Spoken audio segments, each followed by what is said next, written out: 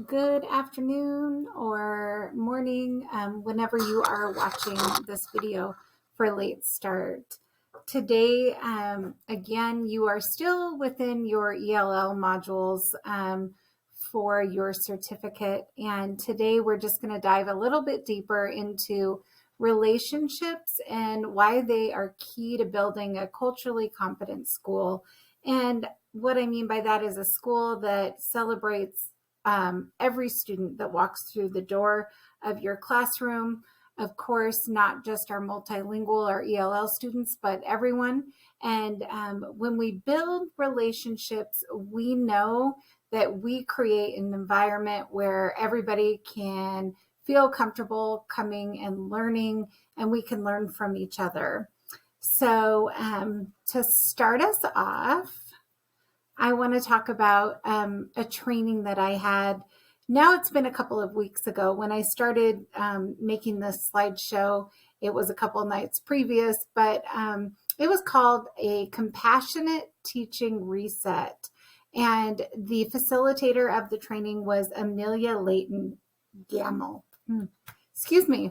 She's the author of the book called Compassionate Teaching. And this book, they really focus on college students that are marginalized, but for our training purposes, because she was talking to K-12 educators, we used the compassionate teaching model with K-12 students and scenarios. So the event was sponsored by Equity and Access, which is a pre-K through 12 American consortium for equity in education. And I have given you the link here. You can go on their website and kind of look around to see what they have to offer. They do come out with a journal. I think it's bi-monthly, possibly. But you can click on that and see what's inside of their equity and access little publication, if you will. This is the educator right here who spoke to us the evening I had this training. And she gave me quite a bit of food for thought. Again, this is her. Sometimes it takes a little bit for the Loom video to switch over to where I am within the internet. So I'll go back to the slideshow. Within the training, something that really stood out to me and why I felt like sharing this, because it does go along with what we're talking about today. The facilitator Amelia said this: rules without relationship equals rebellion.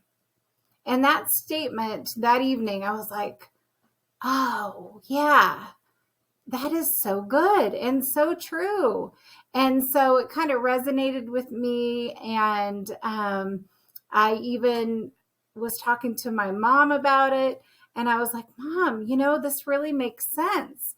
If you have just a bunch of rules, but you don't even know your students, you're going to get pushback within the classroom. And so I want to spend some time focusing there and thinking about the work you do with your students.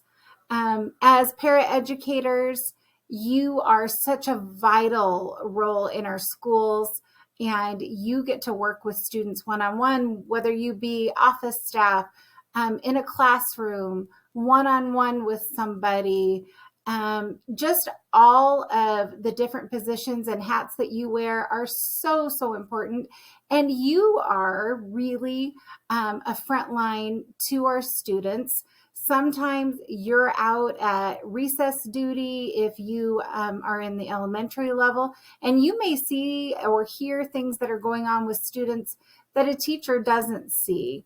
And so it's important to have relationships, because sometimes you'll be the one who they will share what is going on in their lives. So I just want you to think about rules without relationship equals rebellion. And I'm going to take you back to when I first got finished with my teaching program, and I started in the Yakima School District teaching the middle level. And I thought, to be a prepared educator, I'm going to have everything just so. My classroom is going to be set up. I'm going to have everything labeled, and included in that labeling, I'm going to have our classroom norms or rules or guidelines, whatever you want to call them, all ready when my students walk in on the first day of school. Okay, so they come in, I, show them around the classroom, talk about what my expectations are in the class. And, within the following few days, I felt like, oh, maybe they didn't hear me. What's going on? I had some students whose behaviors coming back the first part of school, maybe not so great. I had other students who, of course, were all ready to learn and participate in class as they should. But it dawned on me the next year when I wanted to do norms. You know what? I need to get to know my students first. And so I sent home an activity for their parents to actually fill out.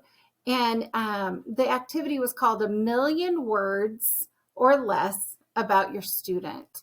And I asked the parents, now they didn't have to write 1,000,000 words, obviously, but I wanted them to share with me a little bit about their students. And of course, during the class time that I had with the students, we were doing some get to know you activities and some small groups, and I could roam around the class.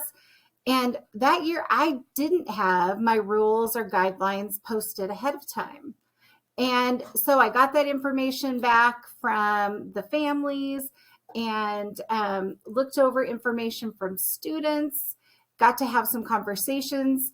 And then the next week, we created our norms together. So one that just sticks out to me that students will often say is, come to class prepared.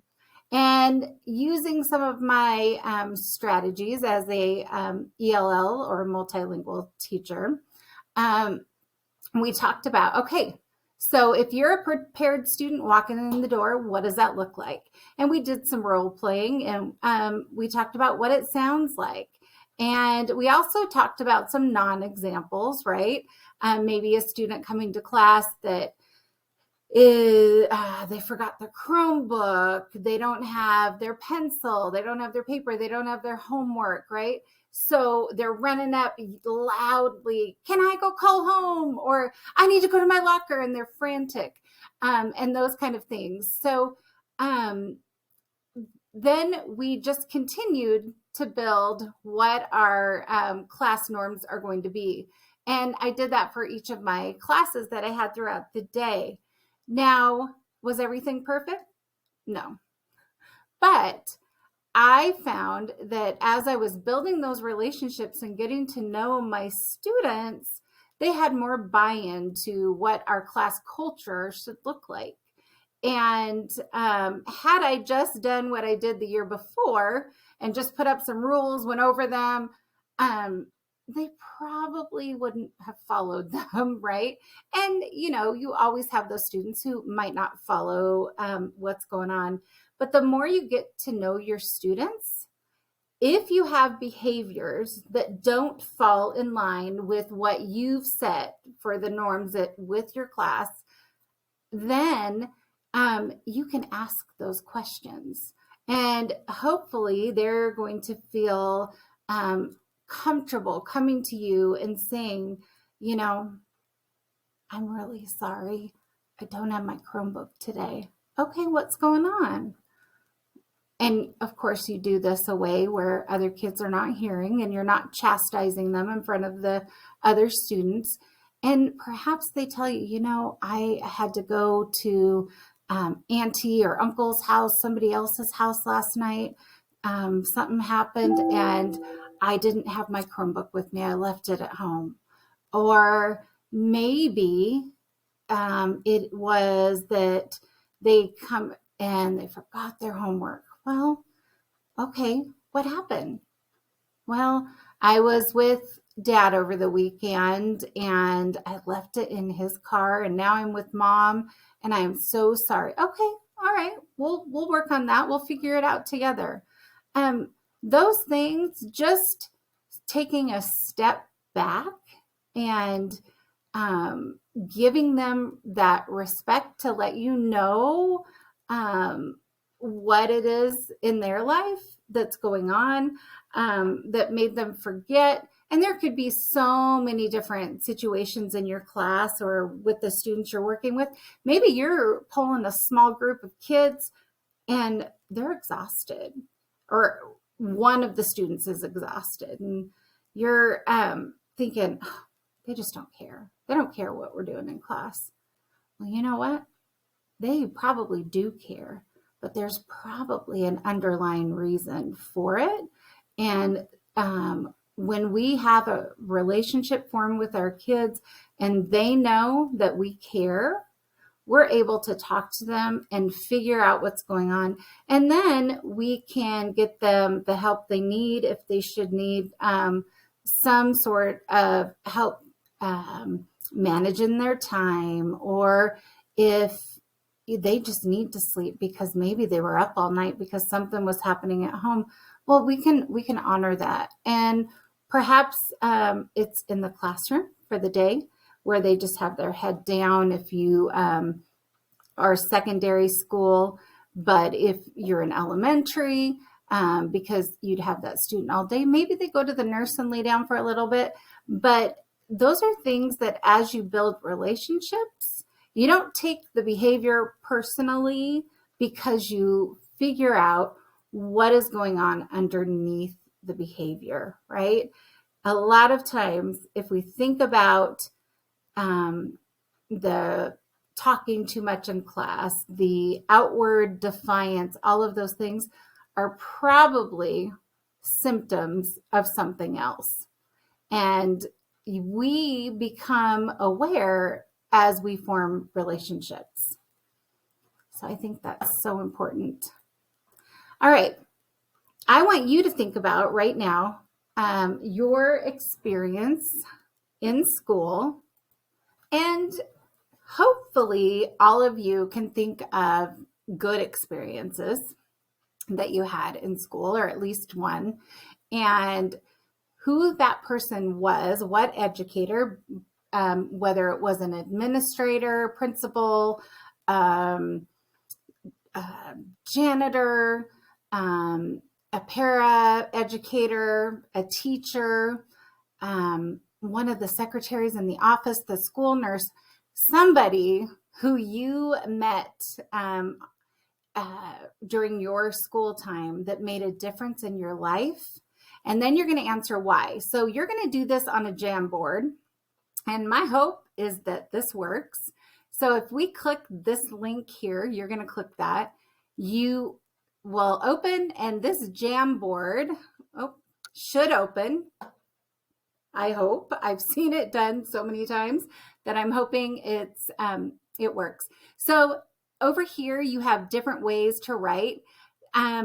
I really like using the sticky note. So you click on sticky note, you can change the color of your sticky note, and you could type here. And so I could think of the educator that made a difference in my life was, and I could put Mrs. Smith. I had her as a kindergarten teacher and a second grade teacher when she moved up to the second grade.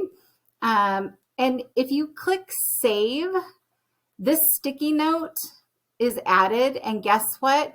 It is anonymous. So and nobody knows who it is, right?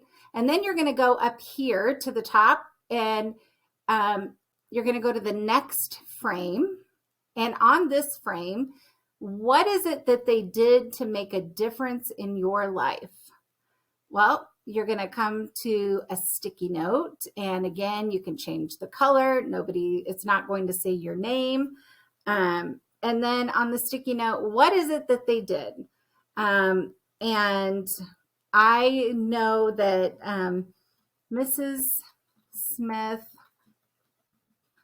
she always made me feel safe and a part of a community. Okay. But whatever it is, you can add, excuse me, to this Jamboard. Okay. So again, you can do a sticky note. You can write it, but honestly, trying to write with this pen is difficult. So I just always use sticky notes, and then you add your sticky note to the presentation. Okay. So I just want to know if there's an educator, somebody that's made a difference in your life. And then you go to the next frame and you're going to answer, what is it that they did? Okay. After we do that, we are going to go here. So I believe that our forming relationships with students starts with the heart. And I am going to show you some examples in just a few minutes of a little activity you can do with students to find out, okay, what is it that is important to them in a way that they probably won't even know it's you getting information, because it's just kind of fun and whimsical. And who doesn't like hearts? I always like hearts. But I want to show you this video first about why it's important, why relationships matter. With new departmental teachers into the EL department, the first thing I tell them, this is all about heart. Oh, hold on, guys. For some reason, I disappear.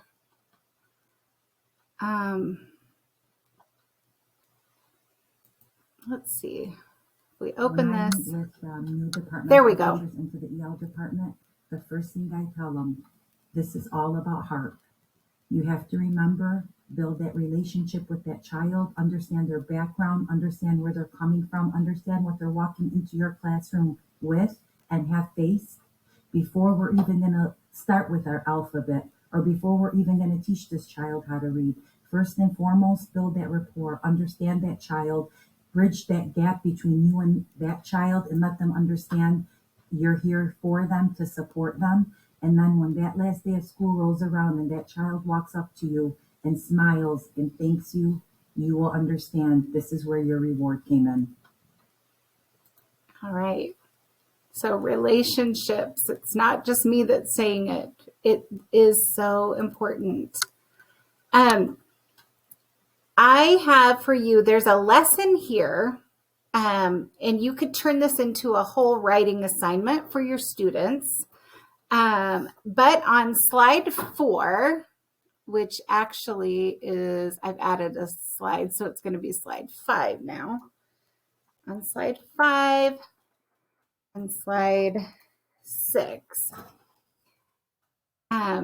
Slide 5, there's a handout, this map of my heart. You could print this picture and use it, or you could draw a heart and fill in the different items that you want your students to answer. And the nice thing about this is you can look at it for your grade level that you're working with of students and fill in the information. This is also great to use with adults, maybe if you're in another training. Like, what is your favorite? What are your favorite things, right? So I might just say, oh gosh, sports might be on here, or just depending on my audience, I might change this up, okay? And then this one is called These Are the Pieces of My Heart, which I think is pretty endearing. And an educator, Adrian Klimachek, made this, and it's available on Teachers Pay Teachers, but also I put it here. And you can divide this up. You can have students divided up into pieces, but in red, you're going to write the names of people who are important to you. In blue, you're going to write places that are important to you. In green, write items that are important to you. And in orange, your favorite activities. So you can have the students just mark this all up using those different colors and get to know what is important to your students. This could be something that you have them take home for families. You as the teacher should do one along with them, because I really feel in that way of forming relationships, we need to open ourselves up as well and show our students that, hey, you know what, we're human. And there are things in our lives that are so important to us outside of this classroom. And students, they want to know. Just like when you might be walking through the grocery store and they see you for the first time out in public, oh my gosh, it's Vesta. And you're like, yeah, I grocery shop too. And just giving them that sense of, you know what, I am human. I do the similar things to you is so important in building relationships. And then the final thing on here is lesson writing from the heart. So if you are somebody that is working with some multilingual kids or even kids that are not multilingual, this is a great activity. Maybe you have a group you meet with every other day or maybe during lunch. This lesson here, you wouldn't have to do all that it's asking. But again, it's a heart and they have a key. Things I do in my free time are blue. Green are people I care about. Yellow, places I've lived and visited, and defining moments are red. So things that have really defined who they are. And you could have them put the different shapes, however they want to do it, and then color it. And you can use this as a writing assignment. So maybe you have a student that is writing in a journal and they're just not really sure what to write about. Have them pick. Let's say today I want you to pick something you do in your free time. Let's see. Going to services at my house of worship. So that could be their topic for the day in their journal. And they can write about going to their place of worship and why that's important to them. And that could be their journal writing for the day. The next day, they could write, choose something else and write about. This gives quite a bit of differing information and topics for them to expand upon. You could do narrative writing with spending December vacation with parents in Florida that is on here. This could be something that could be expanded and written on, or this can just be used as a tool of conversation with your kids. Doesn't have to be a long conversation, but you could sit down for the day. Hey, I noticed that you like to hike. Hey, I like to hike too. Where are some places that you've been? So it can just be a quick little conversation, and then that student interaction with you, they have some common ground. So this is that lesson. Okay. And then those are the ones I showed you, the examples for the map, pieces of my heart. All right, the power of relationships in schools. I'm going to show you this video. You had so much to offer. Where'd it go? I want to open the whole thing so that you can see. You had so much to offer your student. You're tired. So what's going on? Strong relationships are central to the learning process.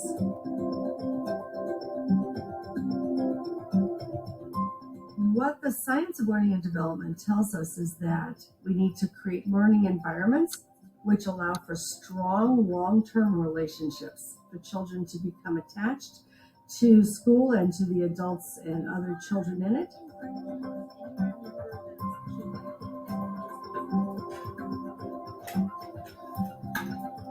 When children have experiences of closeness and consistency and trust, oxytocin is released. Oxytocin has many, many positive effects on the development of the brain.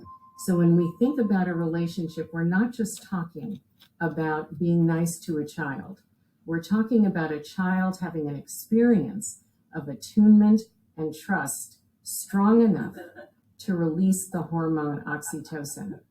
Good morning, Ariana. How you doing today? The purpose of the morning greeting is to connect with them and to just make sure that I'm seeing them as humans. Like I'm making that relationship with them, making that bond. I prioritize relationship building because getting to know them is the best part of the job. When I come in the morning, we usually talk about things that are happening in our community. We're trying to build caring and respect. Teacher is trying to understand who I am and my values as a person.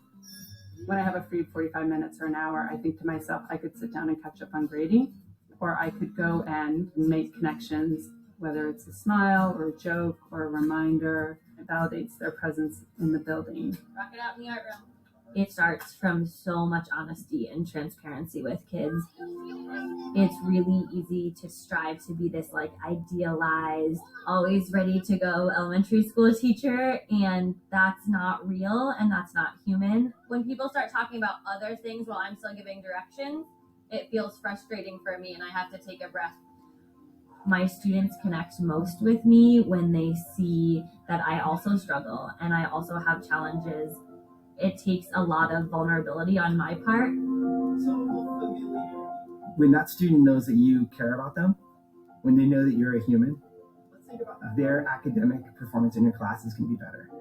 If I'm comfortable around them, then I'm more confident around them, and it's easier to ask questions and things like that. So when you're looking at this graph, what is it that you think happened? Some teachers I don't always get along with the best, so then sometimes I'm like, I can't do it, so I'm just not gonna do it. But when I like the teacher, I want to do their work. I'll be like, I can learn this. You all have done outstanding work. Emotion and learning are completely connected. If you're in a positive emotional space, if you feel good about yourself, your teacher, that actually opens up the opportunity for more learning. Good to see.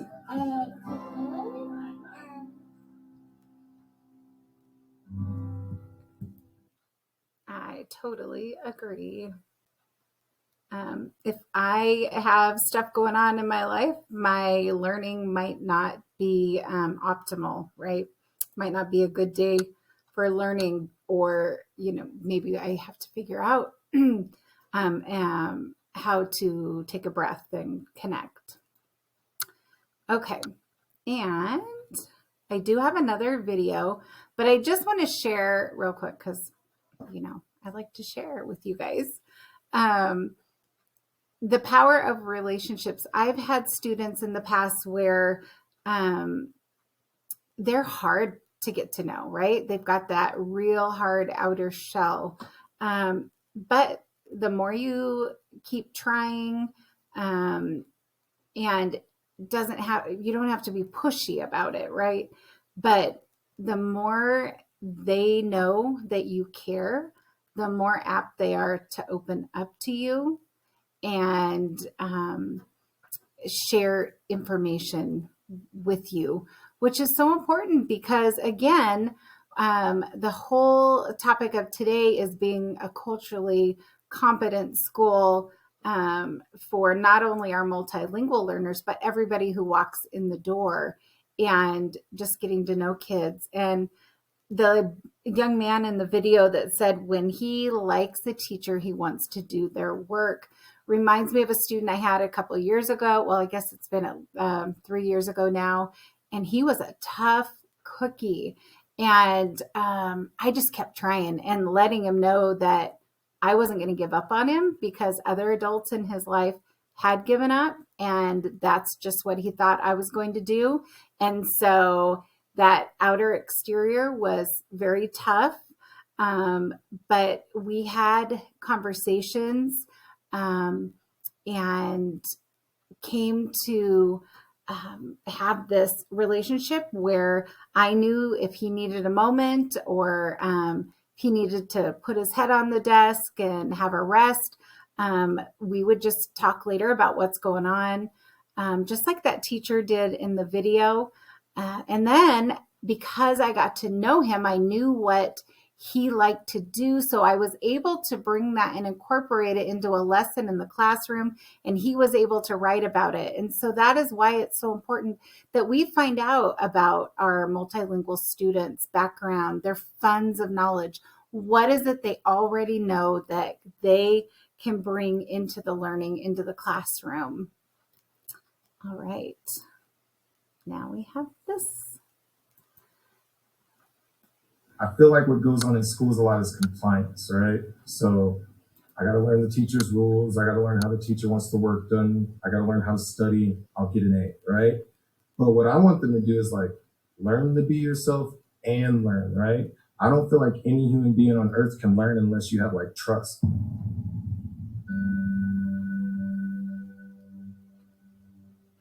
You know, this job isn't an ego job. And if your ego's involved, it's not going to go well.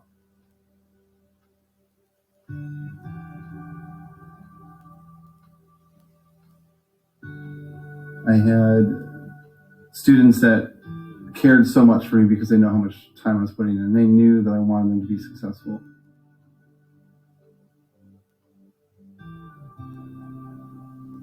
You know, just like I can get kids to do things that gen ed teachers can't get them to do because they know that I know them. You know, this is me, this is who I am. You get to ask any question you want today and I'll answer it, and then we'll play like a little fun game. But then the next time it's like, I want to get to know you. And they're like, what? That's crazy. I also want them to see right off the bat that I'm really invested in who they are as a person. So I really ask them about them, and I'm very interested, right? Because I want to know my students.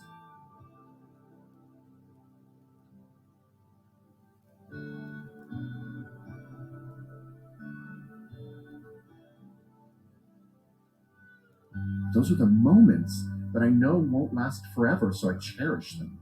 And, you know, we all love to have somebody come up to us and say, hey, you know, you told me about XYZ show and I watch it. Oh my gosh, it's so great.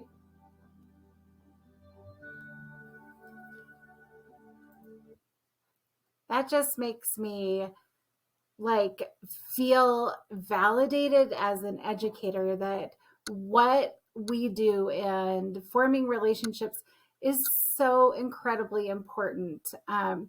I've had students, I saw one of my former students in the drive-through of Starbucks the other day, and I hadn't seen her since the 8th grade, and she's a senior now. And she was like, Miss Vesta, I was wondering if I'd ever see you here. And she said, do you remember me? And of course, I always remember faces. Names sometimes escape me. I am getting older. But I knew who she was. And, you know, as an 8th grader, she would struggle sometimes, but that's the norm in 8th grade. Kids' brains are going through so incredibly much in the junior high level. And she was so excited. She was like, do you know what? I have a 3.7 GPA, Miss Fester. I'm going to go to college. And I was so excited for her. And we were just, you know, there was nobody behind me and I was glowing and she was glowing. And it's just amazing to see. And I know that I formed a relationship with my classes and she was part of that. And she was so excited to tell me about her successes. And that felt so incredibly good. So they do remember, our students remember, even our tough ones remember. And here I am telling you another story, but I had a student that was very tough, 8th grade. He managed to do a lot of things that he wasn't supposed to do, and had a lot of discipline issues that happened outside of my class, also in my class, and I just wanted him to learn, right? Well, the end of 8th grade, I know he had been in trouble. He had been suspended, and I lost touch and ran into him, and he actually apologized for his behavior in the 8th grade. And I said, look, so much is going on in the 8th grade. You do not have to apologize to me. And he's like, but I'm sorry. I know how I acted back then. And it just felt really good to see him. And he is doing amazing now, and not getting into trouble as he did as an 8th grade. As you can see, that age group, like I said, is very tough, but kids do grow up and they remember if you're kind. And even if you have to correct behavior or they get in trouble, they just know that you did care. That is so important. All right, I'll quit talking. All right. I have this site that you're going to go to, and you are going to read page 1 and do the activity on this site. Then you're going to skip and read page 6 only. Okay. So again, you're going to click here, and you are going to read through page 1 right here. And it's going to go to here, and it's talking about English language learners. And again, this all falls under building relationships and knowing about your students' school experiences. And then there's this little activity that you're going to do by yourself, and you're going to click fact or myth for each of these statements, right? Adults are better at learning second language than are young children. Is that a fact or a myth? It's a fact. So then it goes, and it tells you. If you get it wrong, it tells you why it's wrong. If I would have hit fact, it tells you why it's a fact, okay? Then you are going to go to page 6. Page 6. You do not have to read all these pages. Page 1 and page 6. Okay, and page 6 talks about activating background knowledge, meaning, again, if we know our students' background and their background knowledge, these are the things it helps with in class, right? Learning is easier and more meaningful, stimulates interest in the subject matter, boosts motivation, okay? So I just want you to read page 1 and then page 6 on the site. If you're interested in navigating the site a little bit more, it's called the Iris Center. There are different resources and trainings available through this site. Okay. All right, now we're going to go back. And you are going to now read for the remainder of the time 8 strategies for building relationships on this site, Color in Colorado. So it's going to, and while you do that, I want you to consider this. In what ways can I, meaning you, build strong relationships with multilingual students this year? I want you to think about that, but I do want you to go here and I want you to read through. There's right here, strategies for getting to know students. And there are videos embedded throughout this article. Okay, it's up to you to read through, please, and answer the questions. I am going to leave that to you. Please know that you are going to have a quiz at the end of today's presentation. And the quiz questions are going to be based on the materials that I've included. So there could be some questions from the article that I just showed you, or from this article right here. That's where I'm going to get your questions today. Okay. So again, you're going to read through, you're going to click on the videos, watch the videos, and then that should take you through the end of our late start, and you'll do the quiz. Okay, I'm going to go back here. And I just put some works cited, but I do want you to know that all the videos that are used today are available through YouTube. I did not make them. I'm not promoting them for use outside of education. I just feel that sometimes showing you some great videos and information is super important. And I do not own the rights to them. I really have enjoyed this topic. Hopefully you have as well. And please let me know if you have any questions at all that I may help you with. I'm an email away, so you can always email me. But again, your quiz will be on the articles on slide 8 that,